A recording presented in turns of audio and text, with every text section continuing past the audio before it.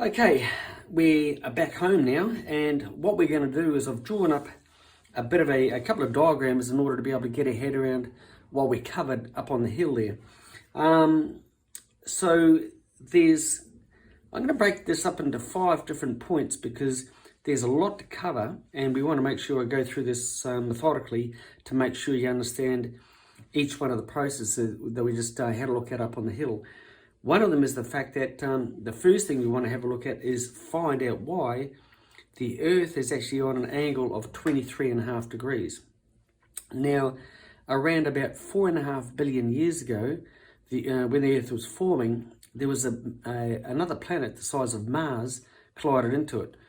And in doing so, it actually done a couple of things. One, it obviously made the Earth larger in size, but the debris that come off it generated or made our moon.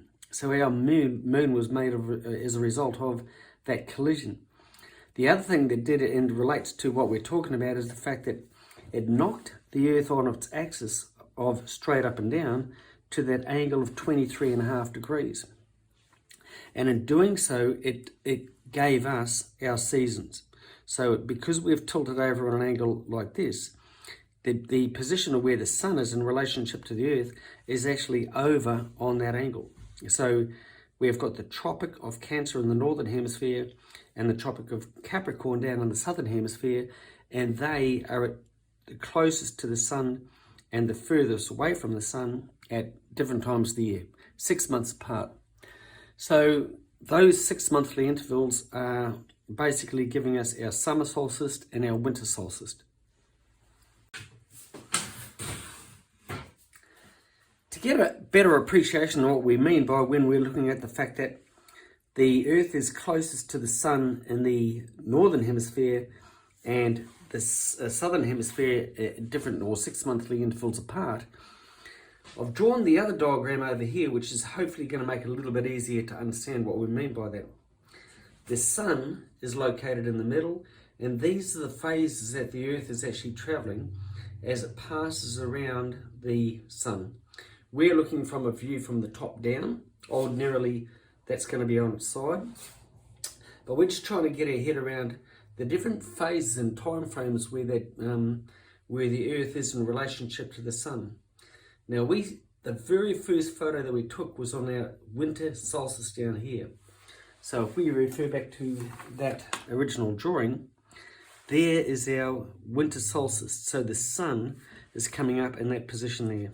The highest view that you're going to get in relationship to the position of where the sun is coming up on the horizon.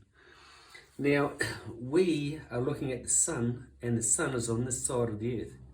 So in other words, the sun is coming, the light from the sun is passing through, and if we review back through to where we are in relationship to Albany on the planet, Albany is in the southwest region here of Western Australia. So we're below the Tropic of Capricorn. There's that Tropic of Capricorn. We're down at an angle of 35 degrees from the equator from there. So we, in our winter solstice, which we had a look at, are looking at the sun on this side of the Earth.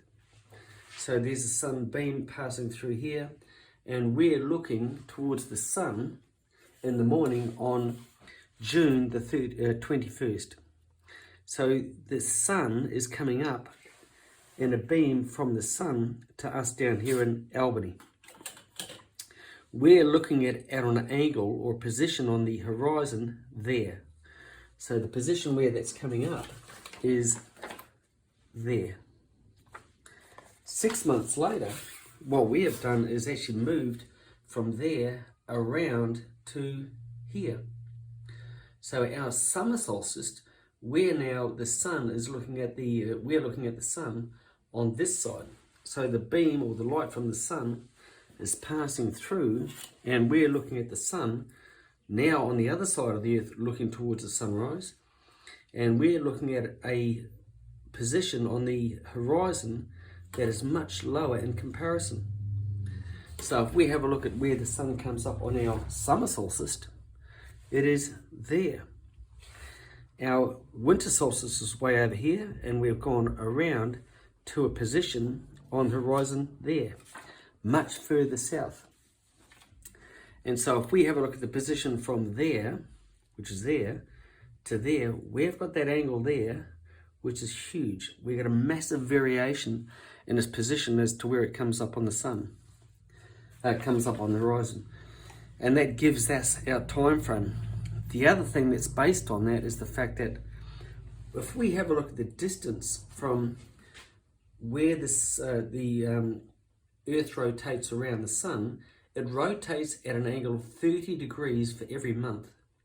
So we go 30, 60, 90, 120, 150, 180. So 180 degrees has changed from June to December.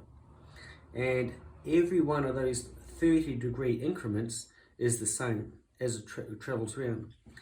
The difference is the fact that the distance we actually travel in terms of distance between the sun and the June and July is very small. We've only traveled a distance in terms of from there to there. Because if we take a line down through our 30 degree marks, we end up with a distance which is quite minor. And to get a better appreciation of what we mean by that, when we go through from July to August, we've still traveled a distance of 30 degrees, but now we're starting to accelerate. And a distance from August to September is greater again. So that's reflected with our time frame as to what we're looking at in relationship to when the sun comes up. Only varies by 7 minutes from there to there. But then we had a time frame of 28 minutes from there to there, and 42 minutes from there to there. It then started to reduce, so we went 42 again, 28, and then 7 minutes till we get to our summer solstice. And the reason for that is the fact that even though the Earth is rotating at 30 degrees for every month, the distance in relationship to the sun is small. That's quite interesting. I found that quite interesting to do. I learned quite a lot about the all of this as I was actually doing the video anyway, so it's been quite a good video to do.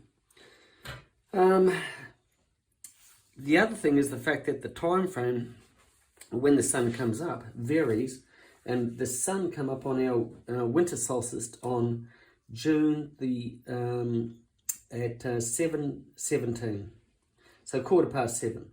July, it was 7:10, just 7 minutes variation. And then we had 6:42 on August. September was 6 o'clock. Then October was 5:18. And then our summer solstice was 4:51, 10 to 5 in the morning. So those variations in time frame related to those distances there as well. Anyway, there's quite a few pointers to go through in relationship to what we've done upon looking at the position as to where the sun was coming up and coming down. And that varies, like I say, in relationship from the distance from the equator to where you are sitting in relationship to your latitude on the Earth. And the further away you get from the equator, the greater variation you're going to have in that distance. Anyway, that's the end of that video. Just a few pointers on what we had a look up on the mount yesterday, but quite a good little video.